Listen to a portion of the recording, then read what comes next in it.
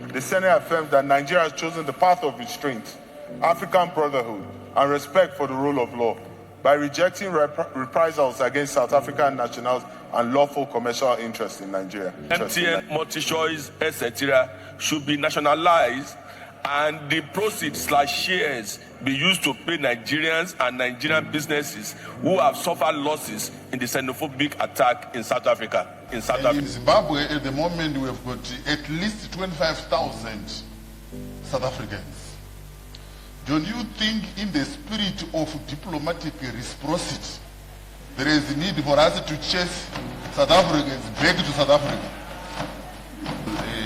To respond, but we do not, as a people, have that kind of attitude as Zimbabweans. So we will not allow. One regional crisis produced two very different parliamentary messages. Zimbabwe was asked to retaliate against South Africans living within its borders. Its parliamentary leadership said no. Nigeria declared that it had chosen restraint, African solidarity, and the rule of law. But in the same debate, senators raised nationalisation, diplomatic pressure, and a warning that patience should not be mistaken for weakness. So what explains the difference? Why did Zimbabwe's response sound immediate and morally clear, while Nigeria's Senate expressed anger, restraint, strategic caution, and possible retaliation almost at the same time? And which response is more likely to protect African citizens living across borders? The trigger was the renewed anti-migrant mobilisation in South Africa and the unofficial June 30th deadline, promoted by groups demanding the departure of undocumented foreign nationals. But the resulting fear did not remain limited to immigration status. Nigerian lawmakers said foreign-owned businesses had been threatened or abandoned, residents had been displaced, and even Africans with lawful documentation had become vulnerable to intimidation. The Nigerian Senate debate followed a motion sponsored by Senator Asukwo Ekpenyong of Cross River South. The chamber condemned the attacks, but competing proposals ranged from diplomatic engagement to nationalising South African-linked businesses and potentially reconsidering bilateral relations. The Senate ultimately declined the hardest measures and referred the matter for further investigation. Before examining Nigeria's response, let's consider what happened in Zimbabwe. Take a listen. Yeah, thank you, Honorable Speaker. I wanted to find out from the Honorable Minister. I know in diplomacy there is the policy of reciprocity. Our people were chased and they are being chased from South Africa.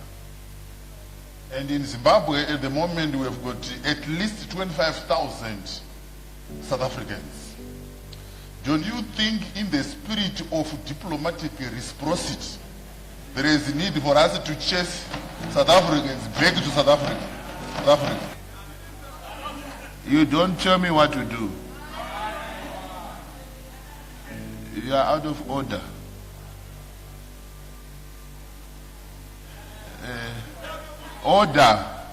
Order. We know our president is a president of engaging, and I will allow the minister to respond, but we do not, as a people, have that kind of attitude as Zimbabweans. So we will not allow that. Honorable Minister, may you please Thank you very much, Mr. Speaker, for your kind response. I will just add, for purposes of ensuring that as a parliament we will not be misquoted. Mr. Speaker, as Zimbabweans, we are friends to everyone. Our culture dictates that if our children visit and they want to come back, we duly take them back. We do not have a policy of chasing away visitors. We have never had that. If you so we do not want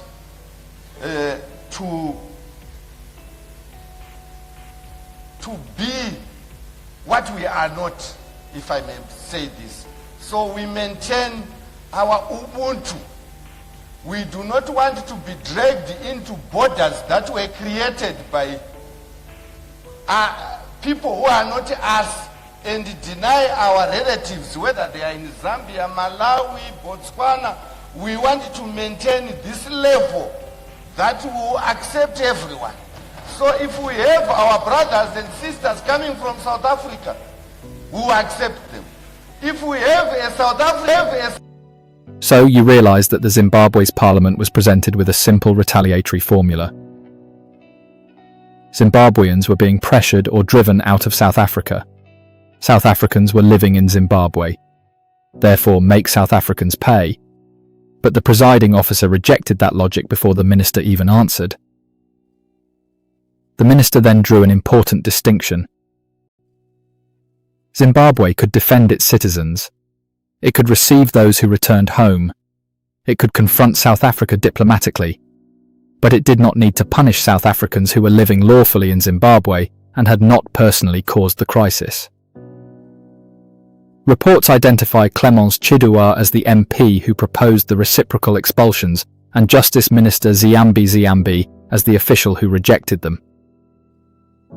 Ziyambi said documented South Africans would remain welcome.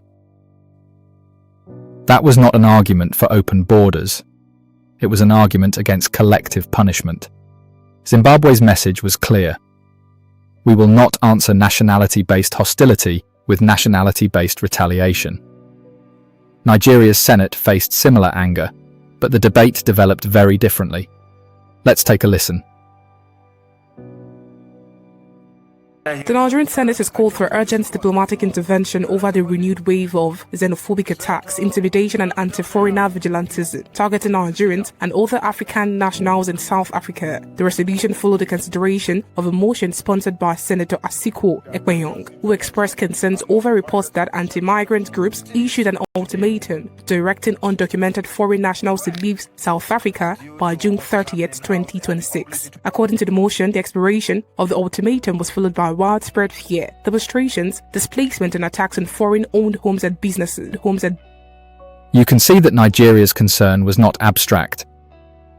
Its senators were discussing reported attacks on citizens, damaged businesses, frightened families, and the failure of earlier diplomatic interventions to produce lasting protection.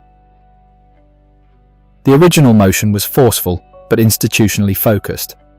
It called for government action, stronger protection and diplomatic accountability. Then the Senate turned to one of the most sensitive parts of the relationship between the two countries: South African commercial interests operating in Nigeria. Take a listen. South African companies operating in Nigeria, including MTN and DSTV, have continued to operate without reprisals, describing Nigeria's response as one guided by restraint, African solidarity, and respect for the rule of law. MTN is concerned that while Nigerian-owned businesses in South Africa have been attacked, looted or closed or abandoned under threat, South Africa origin enterprises and brands including MTN, MultiChoice, etc. have continued to operate successfully and lawfully in Nigeria. The Senate affirms that Nigeria has chosen the path of restraint, African brotherhood, and respect for the rule of law by rejecting reprisals against South African nationals and lawful commercial interests in Nigeria. That statement presents Nigeria as the restrained power in the relationship. Nigerian businesses and citizens were said to be suffering in South Africa, while South African companies continued to operate lawfully and profitably in Nigeria. The Senate's message appeared to be, "We have protected your interests even while our people feel unprotected in your country." But almost immediately, another instinct entered the debate. Let's listen. South African businesses in Nigeria, like MTN, MultiChoice, etc., should be nationalized and the proceeds/shares be used to pay Nigerians and Nigerian businesses who have suffered losses in the xenophobic attack in South Africa. The political appeal of that proposal is easy to understand. If Nigerian businesses are destroyed in South Africa, then South African commercial interests should carry the cost in Nigeria. But the principle becomes more complicated once we examine who would actually be punished. MTN Nigeria and MultiChoice Nigeria are not anti-migrant movements. Their Nigerian workers did not organise attacks in South Africa. Their customers did not issue the June 30th ultimatum. And their local shareholders may have had no connection to the crisis. Economic retaliation may create diplomatic leverage. It may also shift punishment onto people who were not responsible for the original wrong. Then another Senate leader urged caution, but his explanation introduced another layer of controversy. Take a listen. Mr. President, what is happening today in South Africa should not be misconstrued or seen mainly from its outside appearance. What is happening today, at the risk of being unpopular here, is a coordinated effort to destabilize that country, to remove the African National Congress from power, first from the former white minority government with the aid of the United States of America, where former apartheid rulers have complained that they are being oppressed, forgetting the more than 100 years of oppression that they have meted to black South Africans. On the other side, there's a mobilization. Now on the black side, mainly from former President Zuma and the Inkatha, to delegitimize South African government with the support of other African countries. The position of those people who are now xenophobically attacking other Africans has a political purpose. And the purpose is to delegitimize the government, first from the right wing of the white South Africans and now coming from the black ones.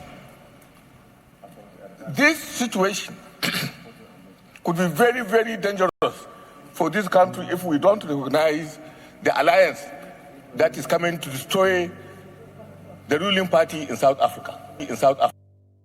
You can see that the Nigerian debate had now moved across several very different positions. Protect citizens through diplomacy, demand compensation, nationalise South African businesses, consider the possibility of diplomatic rupture, investigate a wider political conspiracy, and maintain restraint.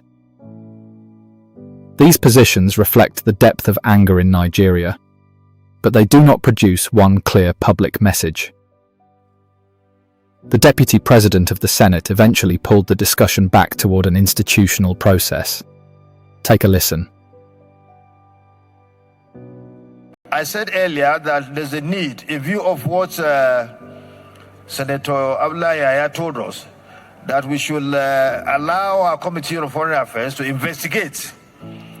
Nigeria is the giant of Africa. We lead in Africa. We lead, whether anybody likes it or not. We set the pace. So being the leading country in Africa, we need to lead by example. I think we need to allow that committee to investigate, look at the entire scenario, the conspiracy angle to what is happening, and once we've gotten the necessary information, well-informed facts, then we can take action in line with what you've said. Now, I hope we've seen the real difference between the two parliamentary responses. Zimbabwe also heard a retaliatory proposal, but its institutional answer came immediately. No collective punishment, no tit-for-tat expulsion, no attempt to turn documented South Africans into bargaining chips. Nigeria's institutional outcome was also more restrained than the most dramatic statements made during its debate. The Senate did not nationalise MTN or MultiChoice. It did not immediately break relations with South Africa. It referred the issue to its Foreign Affairs Committee and demanded better information before further action. So, Nigeria did not ultimately choose retaliation, but it did send South Africa a warning. The warning was that Nigerian restraint is under pressure, that African solidarity cannot be endlessly demanded from one side, while citizens and businesses on the other side continue to feel exposed, and that Nigeria possesses commercial, political and diplomatic tools that some lawmakers now want the state to use more aggressively. This is why Zimbabwe's message sounded clearer. Zimbabwe framed restraint as a statement of national character. Its officials said they would not become what they criticised. But Nigeria framed restraint as a strategic choice that could be reconsidered if protection and diplomacy continued to fail. One response was, "We will not retaliate because collective punishment is wrong." The other was, "We have not retaliated, but do not assume that our patience has no limits." Neither country abandoned immigration law. Neither said South Africa should ignore criminality or unlawful residents.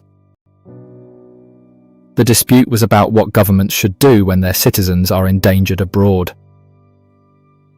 Note that there are legitimate reasons to use diplomatic pressure.